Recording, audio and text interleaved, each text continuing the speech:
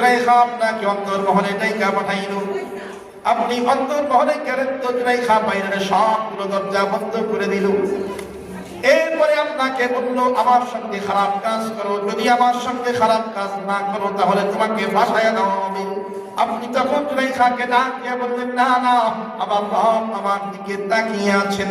আমার রব কখনো ঘুমায় যান না, তার কোনো ঘুমের চিমটি আসে না, সদা সর্বদা কুদরতি চোখ দিয়ে বান্দার দিকে তাকায় থাকে। কোন বান্দা কখন ইবাদত করে দেখেন কে, কোন বান্দা কখন গুনাহ করে কে দেখেন। ইউসুফ আলাইহিস সালাম বলে, আমার রব আমার দিকে তাকিয়ে আছেন, রবের সামনে আমি গুনাহ করতে পারবো না, রবের সামনে আমি অকাজ খারাপ কাজ করতে পারবো না। কিন্তু জুলাইখা বারবার যখন ইউসুফ আলাইহিস সালাম আপনাকে বাধ্য করতেছিল, তখন আপনি আল্লাহর কুদরতের উপরে ভরসা কইরা জুলাইখার হাত থেকে বাঁচার জন্য দৌড় দিলেন বন্ধ দরওয়াজার দিকে। আর আল্লাহ পাক রব্বুল আলামিন কুদরত নিয়া ওই যতগুলো বন্ধ দরওয়াজা ছিল সবগুলোকে খুলে দিলেন। আপনি সামনে সামনে আগে আগে দৌড়াইতেছেন, আপনার পিছনে পিছনে জুলাইখাও দৌড়াইতেছে, বারবার আপনাকে টেনে ধরতেছে, টেনে আপনার জামাকে ধরতেছে। ধরার সময় হঠাৎ করে আপনার জামা পেছন দিক থেকে ছিঁড়ে গেল। লাস্টের যে দরজাটা ছিল আল্লাহ পাক রব্বুল আলামিন সেই দরজাটাও যখন খুলে দিলেন, আপনি সামনে আপনার পিছনে জুলাইখা, দরজা খোলার সঙ্গে সঙ্গে আপনি তাকায় দেখলেন জুলাইখার স্বামী আজিজে মিসর দাঁড়ায় আছে। এইবার আজিজে মিসর প্রশ্ন করে, কি হইল? আপনি বলার আগে জুলাইখা বলে দিল, ও আজিজে মিসর, কারে আপনি রাজপ্রাসাদে নিয়ে আসছেন? দেখেন সেই যুবক আজকে আমার সঙ্গে খারাপ কাজ করার জন্য আমার অন্তর্মহলে চলে আসছে। ঘুরে বলে দিল, দোষ দিয়ে দিল আপনার।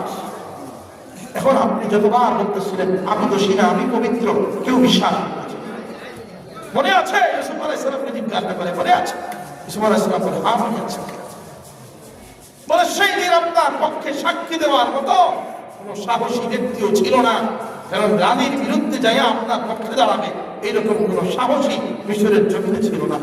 সেদিন একটা শিশু বাচ্চা সবারকে আল্লাহ পাক রব্বুল আলামিন মহাকুদরত দিয়ে খুলে দিয়েছিলেন। শিশু বাচ্চা বলেছিল, ইউসুফের জামা যদি সামনের দিক থেকে ছেঁড়া হয় ইউসুফ দোষী, মহিলা সত্যবাদী নির্দোষ, আর যদি ইউসুফের জামাটা পেছন দিক থেকে ছেঁড়া হয় ইউসুফ নির্দোষ পবিত্র, আর ওই মহিলা দোষী। সেদিন প্রমাণিত হয়ে গিয়েছিল আপনি দোষী নন। রোজ একটা শিশু বাচ্চাদের সেদিন আপনার পবিত্রতার সাক্ষ্য দিয়েছিল। তোর কথা কি মনে আছে? ইউসুফ আলাইহিস সালাম বলে, হ্যাঁ মনে আছে।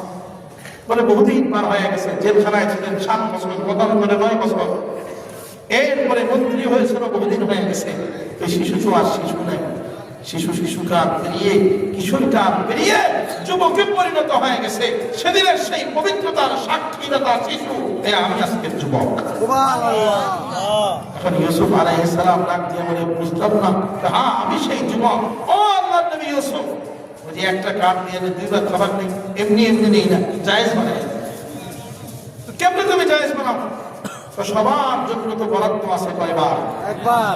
সবাই কাঠ দেখায়া একবার খাবার নেন, সবার মতো কইরা আমি এই কাঠ দেখায়া একবার খাবার নেই। আরেকবার যে খাবার নেওয়ার জন্য আসি আবদার থেকে আসি, সেদিন যদি আমি আপনার পক্ষে পবিত্রতার সাক্ষী না দিতাম তাহলে তো আজকে আপনি মন্ত্রী হইতে পারতেন না, নির্দোষ প্রমাণিত হইতেন না। যেহেতু আমি আপনার মন্ত্রী হওয়ার পিছনে আমার একটা অবদান আছে, সেই অবদানের তো একটা পাওনা আছে। আপনার সঙ্গে দেখা করতে পারি না, এই জন্য নিজ থেকে একটা সিস্টেম বানায় নিয়েছি। আপনার পবিত্রতার সাক্ষীদাতা হিসাবে ওই যে আপনার মন্ত্রী হওয়ার পিছনে আমার যে অবদান আছে, এই অবদান হিসাবে আমি আরেকবার খাবার নেওয়ার জন্য হাজির হয়ে যাই।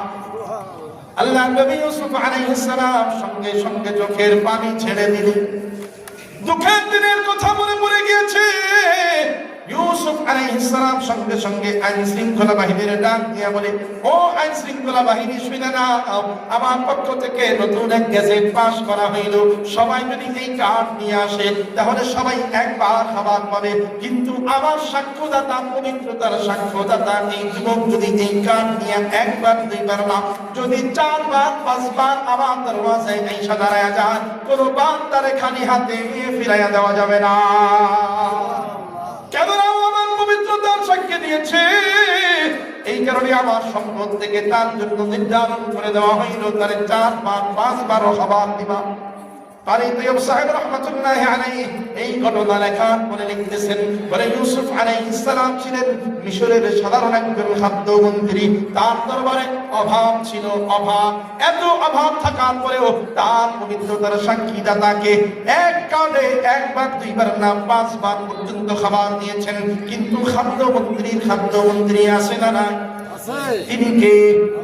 বাদশাহ তিনি কে? আবার বলেন না কে? আল্লাহ। বলে আল্লাহর দরবারে তো কোনো অভাব বলে কোনো শব্দই নেই।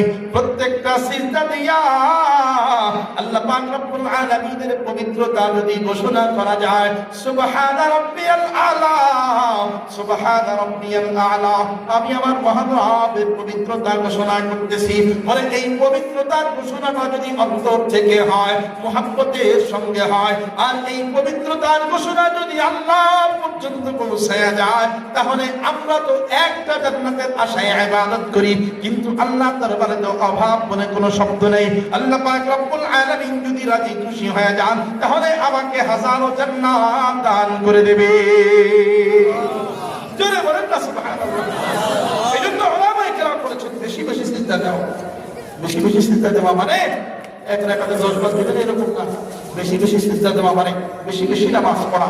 5 ওয়াক্ত তো পড়বো, পাশাপাশি সুন্নাত পড়বো, ওয়াজিব নামাজ পড়বো, নফল নামাজ পড়বো, তাহাজ্জুদ পড়বো, তাহাজ্জুদ পড়তে পারলেই তো ইশরাক করবো, এরপরে চাশতের নামাজ পড়বো, সালাতুল দুহা পড়বো, তাও পারলেই তো আওয়াবিন পড়বো, সালাতুল হাজাত, সালাতুল তাসবিহ, সালাতুল তাওবা, যত নামাজ আছে বেশি বেশি পড়বো।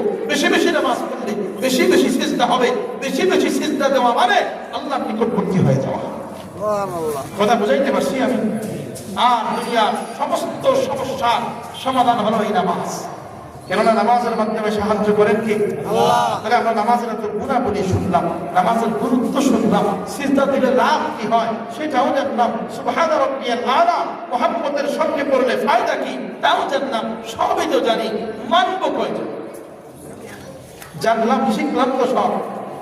এখন নামাজ পড়তে পারবো তো ইনশাআল্লাহ। মা জামাত যারা আজকে মাহফিলের আয়োজন করেছেন, যারা টাকা পয়সা নিয়ে সহযোগিতা করেছেন, এই যে একটা ভালো কাজ করবেন। এই কাজটা নফল, ফরজ না, সুন্নাত না, নফল না, মুস্তাহাব কাজ, ভালো কাজ আছে। তবে এই নামাজ গুরুত্বপূর্ণ ফরজ ইবাদত। মাহফিলের মতো ভালো কাজ করলেন, এখন নামাজ 5 ওয়াক্ত পড়েন ভাই, পারবেন না ইনশাআল্লাহ?